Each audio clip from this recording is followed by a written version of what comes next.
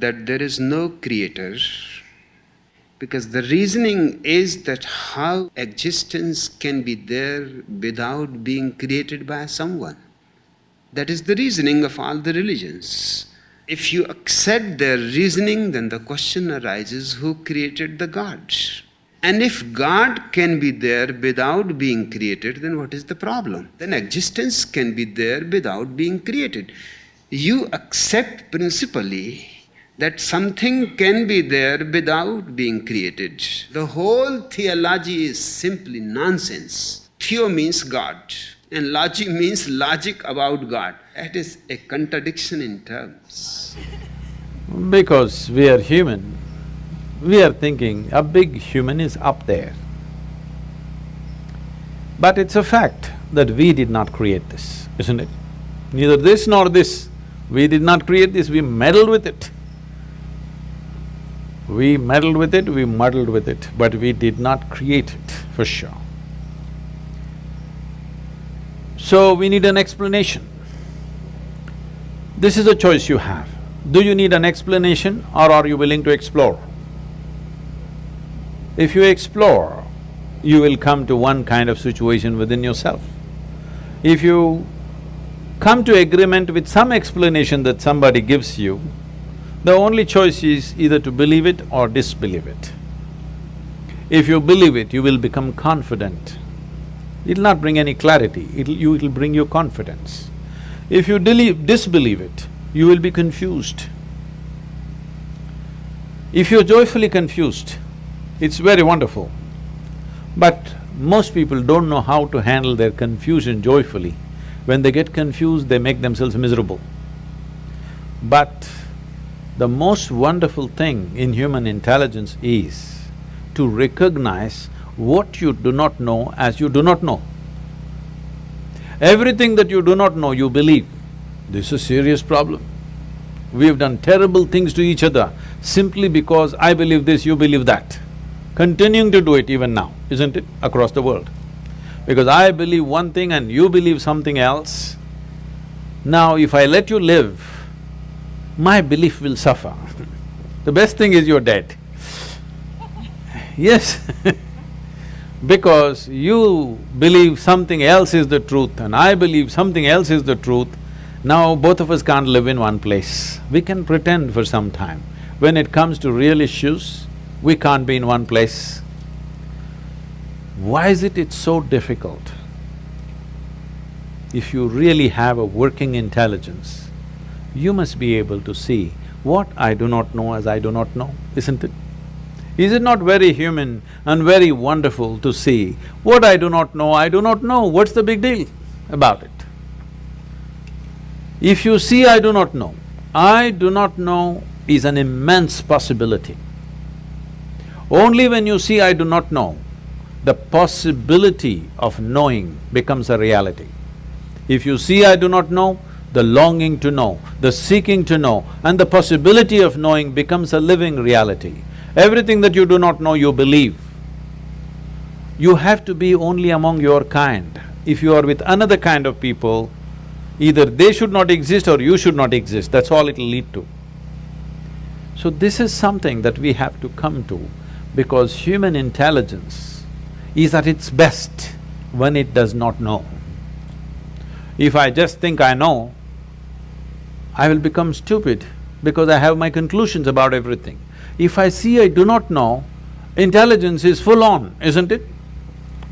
You want to keep your intelligence in a working mode or a off mode? You saving it for another place? No, I want to know because it looks like that. A lot of people are saving it for elsewhere. No, you need it here. If you need it here, please look at this and see. When you see I do not know, you become very conscious, very aware, very alert. Is it true? Yes. When you think I know, you do the dumbest and idiotic things, very gross things, yes or no? Yes. If you really see I do not know, you have fight with nobody. You have no fight with anybody, isn't it? Yes. I know is always a fight. So in the yogic culture, there is a phenomena. I'm calling this a phenomena because today, this evening you may not understand what I'm saying, but if you invest some time and energy, you will understand. We identify with our ignorance, never with our knowledge. Because it doesn't matter how much you know, if you read the libraries on the planet, still what you know is the minuscule in this existence, isn't it? Hello? Yes. But your ignorance is boundless. Yes or no? Yes. The very thought of God occurred to you only because you saw creation, isn't it? When you were born and you opened your eyes, you looked around, so much creation. Before you came here, so much has happened. Obviously, you did not create it. So you thought, there must be a creator. This is how you come to the creator, isn't it? The moment you thought there must be a creator, because you're in a human form, you thought it must be a big man. A small man like me cannot do all this. It must be a big man. Just 2 hands, how can it do so much creation? Must be 8 hands. Isn't it? Isn't it so? If you were a buffalo, you would be really thinking, God is a huge buffalo. Isn't it so? Yes or no? You go and ask a buffalo and see. A buffalo will insist, God is a huge buffalo, maybe 4 horns. You know Idi Amin? You heard of Idi Amin? The Uganda man? Idi Amin declared, God is black. I agree with him. If a white man can have a white God, why can't a black man have a black God? But both those people are confused. We know God is brown.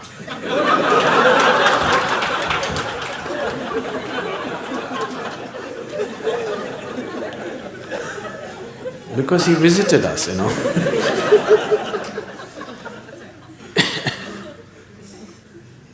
Now women are arguing, God could be a woman.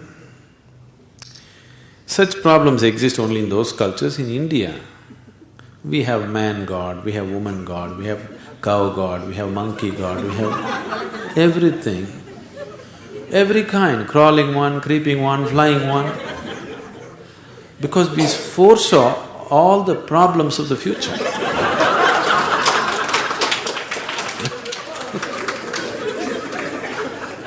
See, when man was the most powerful force on the planet, man was naturally God. Now women are also gaining in their power, so women are questioning, why can't it be a woman? So tomorrow suppose dogs gain lot of power which they're gaining, so dogs will ask, why not a dog god? Actually the spelling also is close, you know.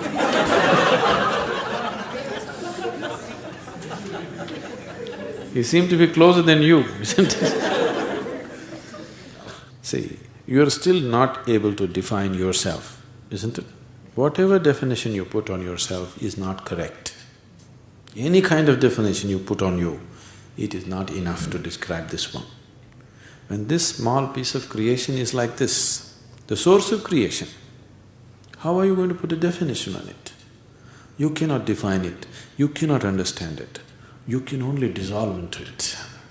You can experience it, you can never know it, you can't make knowledge out of it. Whatever knowledge you have about God is just pure nonsense, cultural nonsense. Depending upon which kind of culture you are in, that kind of God you have, isn't it?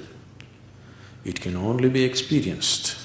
Experience does not mean you can eat it or you can grasp it. No, you can experience only by dissolving in it. There is no other way.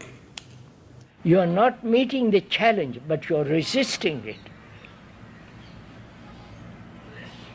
You think there is something inside you which is permanent, which is the light of God, which is nameless, etc., etc.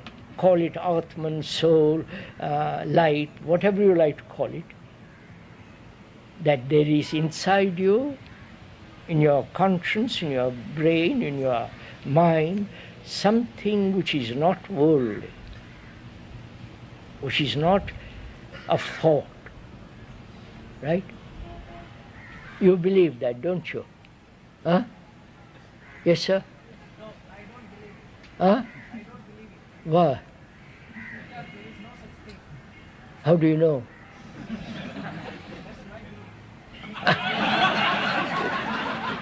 Child. Just believe, believe, believe. What kind of brains have you, sirs? Don't you want to find out? Don't you want to investigate into the truth of this matter?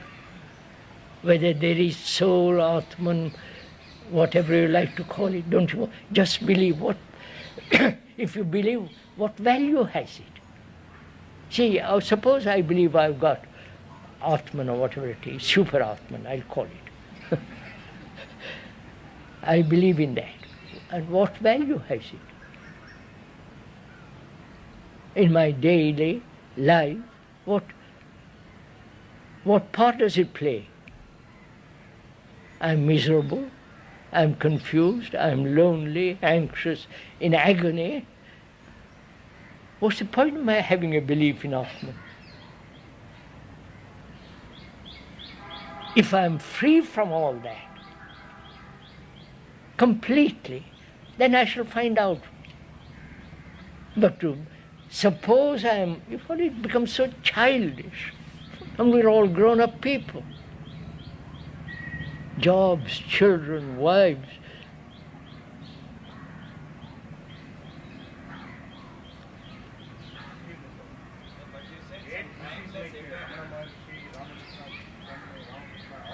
Oh, what? What's I don't understand yourself. What is it? So many great people. Ramana Maharshi and who?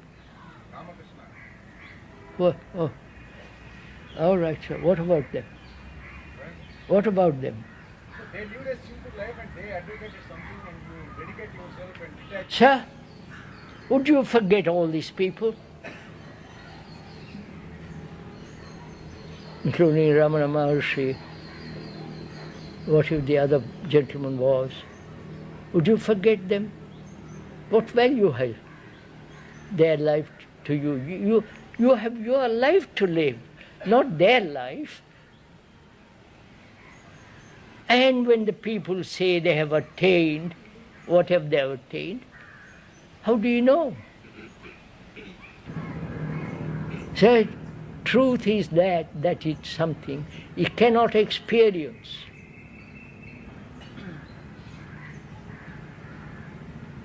It cannot be told to you. Word is not that. But if you live on words, it's that. You understand? The word is not that. Like the word tree is not the tree. I can describe eternity, blah, blah, blah. But the word is not that. But we are satisfied with the word. Right, sir? You love with your heart, with your mind, with everything that you have, you love somebody. And you tell me of that love. And I accept the words, but have the flower isn't there, the perfume isn't there. You see, sirs,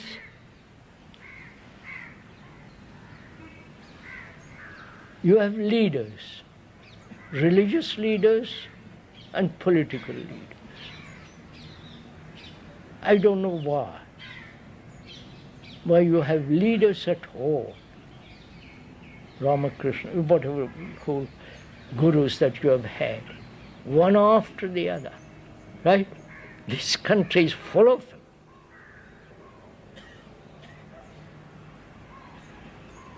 And why do you follow? You understand? If once you realize that you are responsible entirely for yourself, that you are in a jungle, literally in a jungle, where you have to make your own way out. There is nobody to lead you. Then you forget all this. The examples, the books, everything, because you've got vitality, strength to go through. But the moment you depend on leaders, you become weak. If once you realize it in your heart, not just intellectually, then you are a man, human being, free to walk straight. But we don't want all that. So, it's so simple when you think of it all. There is no God. God is the greatest lie invented by man, because he has been raised by a father, by a mother, and those were the beautiful days. No responsibility, no worry. Somebody was taking care of him. That psychological childhood is projected into all the religions. God becomes the father. God becomes the mother. It is a simple psychological projection of a child. It has no basis in reality. But this man invested his whole life in God, total. Age is passing away, little doubt has come. Are there people here who don't believe in God? Nobody? No leftists? No? Only one? Okay. What's your name? John. Only John? Nobody else?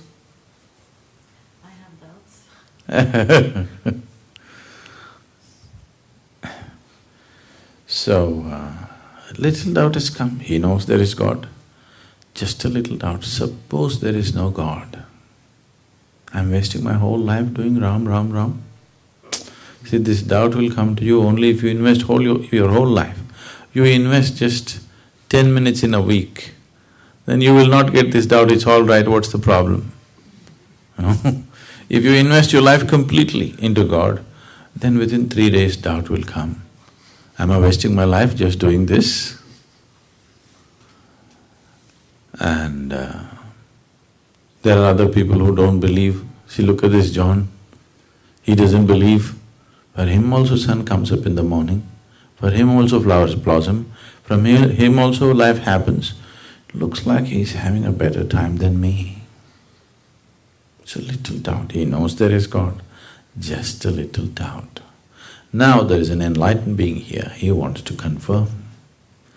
But after being a well-known devotee for a long time, because he did not just go to the temple, he built many temples. At this stage in his life, how to ask whether there is God or not now? So he came early morning, stood in the shadows there and asked this inevitable question, is there God? Gautama looked at the man and gave a clear, emphatic no. Here this large congregation of disciples, this has always been a struggle in their mind, is there God or no God, is there God or no God? Oof, one big relief. Whenever they ask such a question to Gautama, he just becomes silent, he doesn't say anything. For the first time he gave a clear answer, no God. Joy spread across the congregation. Just the struggle, is there God or no God, is over. The enlightened one has declared there is no God. The message spread across the town. Through the day, celebrations happened.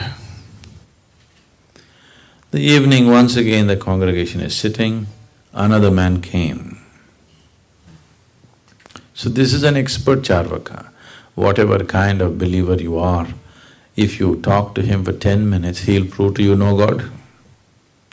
For thousands of people, he's proved no God, no God, no God. Age is passing, little doubt has come. Suppose there is God. When I go there, will he leave me? And all these believers say that he's got all kinds of torture equipment up there. So because I went about proving to everybody that he doesn't exist, he may torture me much more. He knows there is no God. He's proved to thousands of people there is no God. Just a little doubt. Now there's an enlightened being here. He wants to confirm. So he appeared there in the evening. And he asked the same inevitable question, is there God? Gautama looked at the man and said, yes. Once again turmoil started. Morning he said, no God, they were all really happy. In the evening he says, there is God. So what's the game Gautama is trying to play? See, if you believe there is God, or if you believe there is no God, you're in the same boat. You believe something that you do not know. I believe this, you believe that, doesn't make any difference. You can believe whatever you want. Yes? Everybody can believe whatever they want. It need not have anything to do with reality as such. If you say, I do not know, the longing to know will arise within you. If the longing arises, the seeking arises. If the seeking arises, the possibility of knowing exists. Kindly give a straight reply. Does God exist or not? Yes or no? If yes, how best to realize Him in this life? It's a lovely question, isn't it? Kindly give a straight reply. Does God exist or not? Yes or no? If yes, how best to realize Him in this life?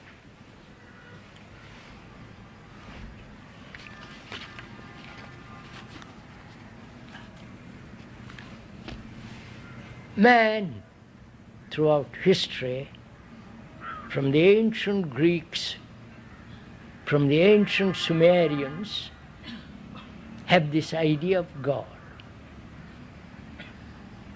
Right?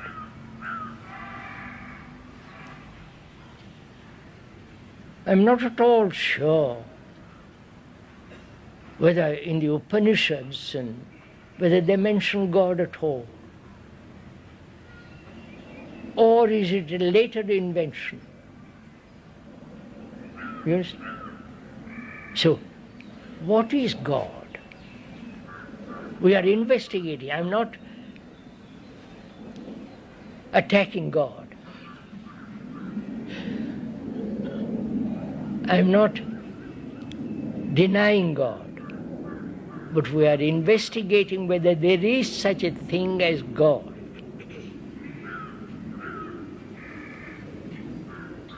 Who invented God? Did God invent us? Did God create us? Right? God, who is omnipotent, omniscient, eternal, merciful, justice, all goodness, right? That's your concept of God. And if you say He has created us, then we are part of His image. We are part of Him. That is, we are omniscient, generous, loving, right? and eternal. Right? Are we? Or we think we are. You understand my question? If God created you, He must be an extraordinary entity, because He wants you to lead a terrible life. You understand my question? If God made you, why are you like this? You must be extraordinary human beings, mustn't you? Beautiful, full of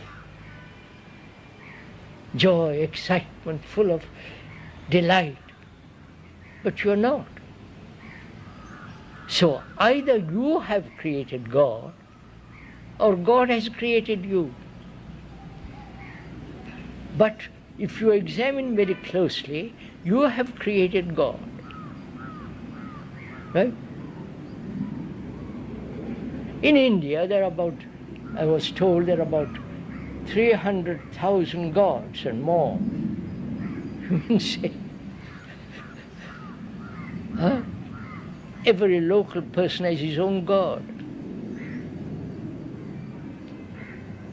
So, sirs, we have created God.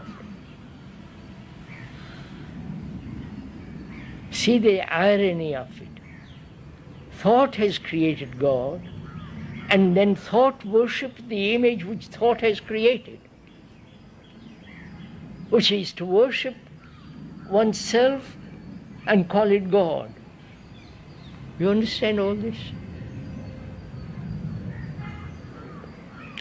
The better part of you is God, right?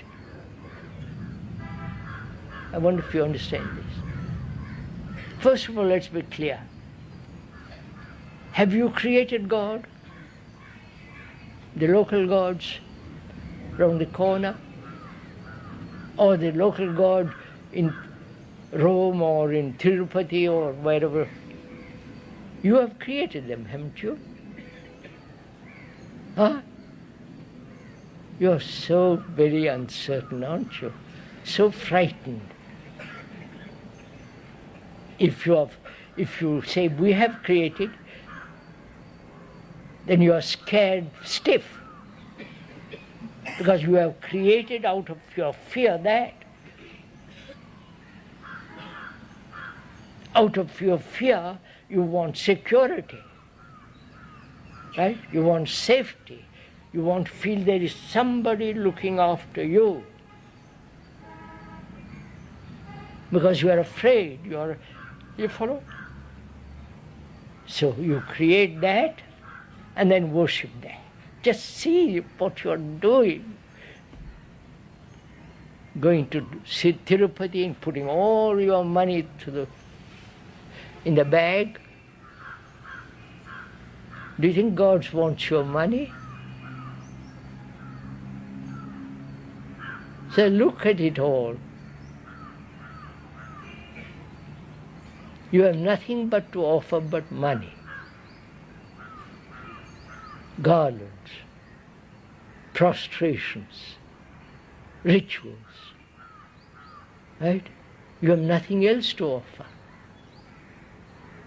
Have you realized the tragedy of this earth?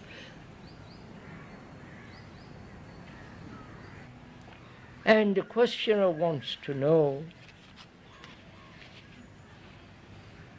if I believe in God,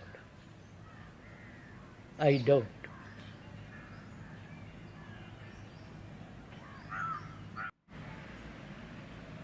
So you are in a jungle, you have to walk through it by yourself, right?